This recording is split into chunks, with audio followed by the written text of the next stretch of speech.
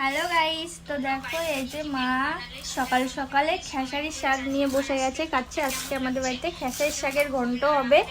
আর মা গিয়েছিল সকাল সকাল মাঠে খেসারির শাক তুলতে, কেননা বৃষ্টি হয়েছে বৈশাখ মাসে, অসময়ে পুরো খেসারির শাক। তো এই যে মা কেটে নিচ্ছে দেখো। আর কি শাক তুলে এনেছো মা দেখি? আর এনেছে মা তুলে এই যে কুমড়ির শাক।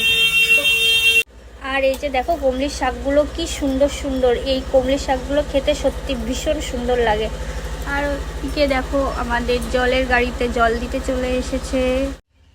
তো আজকে আমাদের বাড়িতে শুধুই শাক। আর সকালবেলাতে দেখো কি রান্না করেছি। এই যে দেখো সিদ্ধ ভাত রান্না করেছি সকাল সকাল আজকে, গরম গরম ভেন্ডি সিদ্ধ আর সাথে আলু সিদ্ধ আর লঙ্কা। তো চলো তোমরাও কে কে খাবে চলে আসো, আমরা খেয়ে নিই। তো বাই।